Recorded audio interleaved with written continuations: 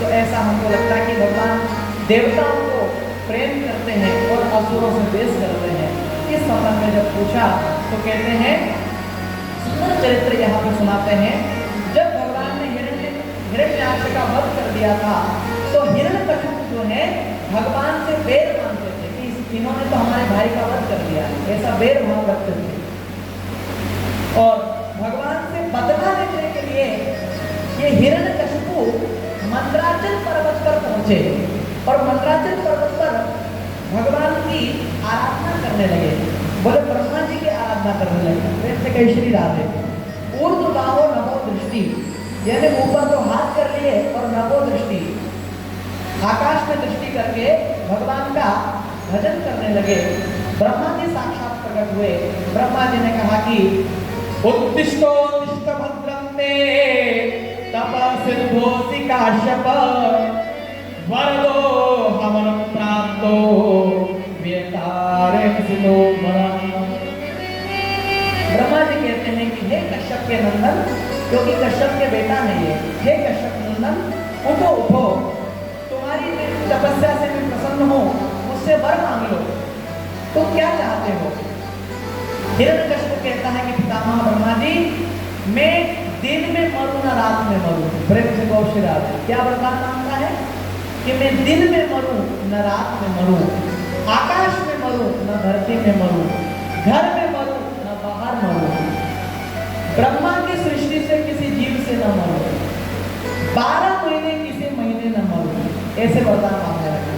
ब्रह्मा जी कहते हैं कि बेटा तुम कुछ और वरदान मांग ले। पहले तो कहा कि अमर हो जा, अमरता का वरदान मांगने लगा। ब्रह्मा जी ने मना कर दिया कि अमरता का वरदान मैं नहीं दे सकता। तो फिर ऐसे वरदान मांगने लगा कि दिन में मरूं न रात में मरूं, घर में मरूं न बाहर मरूं, ब्रह्मा की सृष्टि से उत्पन्न किसी प्राणी से न मरूं, अस्त्र से मरूं न शस्त्र से मरूं। इस प्रकार के वरदान मांगने लगा।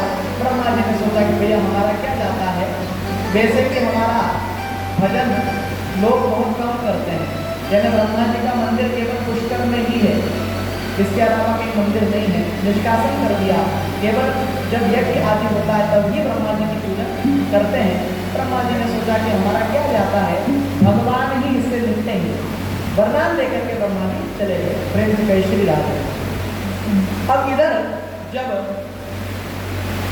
वरदान लेकर के आ गए तो देवताओं को स्वर्ग से भगा दिया हिरण्यकशिपु ने, और भगा करके देवताओं तो कहते हैं इनके यहाँ पानी भरते थे।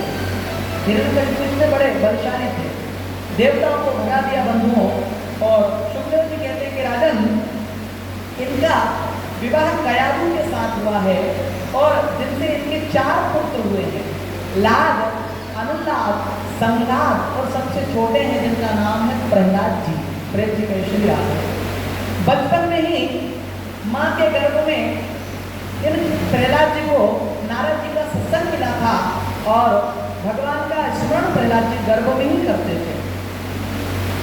और कहते हैं कि जब प्रहलाद जी का जब जन्म हुआ तो कहते हैं जब थोड़े थोड़े जब बड़े हुए तो अब आसुरी विद्या इनको नहीं सीखना है, कि भगवान का दर्शन करना चाहते हैं।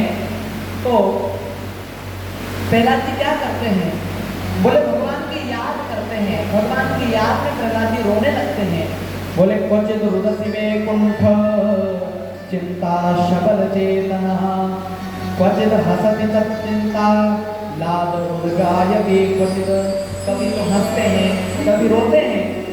विचार करते हैं कि जिस छवि का दर्शन भगवान का किया वो भगवान का दर्शन मुझे कब होगा। भगवान का नाम का स्मरण करते हैं, क्योंकि भैया जिनको भगवान का दर्शन बचपन में ही हो गया, बोले फिर वो भगवान को छोड़ नहीं सकते हैं।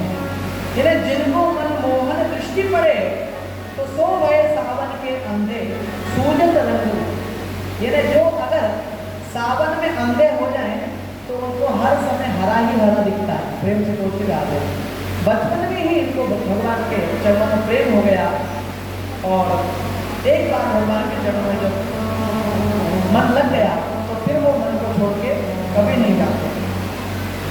प्रहलाद जी निकल पड़े हैं, घूमने लगे भगवान का दर्शन कैसे हो।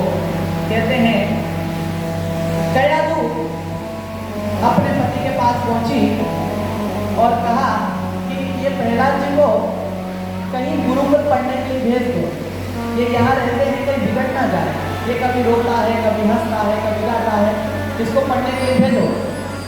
अब प्रहलाद जी को पढ़ने के लिए भेजा, षंड अमरक को बुलाया और षंड अमरक ले गए पढ़ने के लिए प्रहलाद जी को। जैसे ही प्रहलाद जी पढ़ने के लिए गए तो कहते हैं जितने भी असुर के बालक हैं सबको बुला लिया, प्रेम से पहुंच और भगवान का भजन करने लगे, भगवान का स्मरण करने लगे।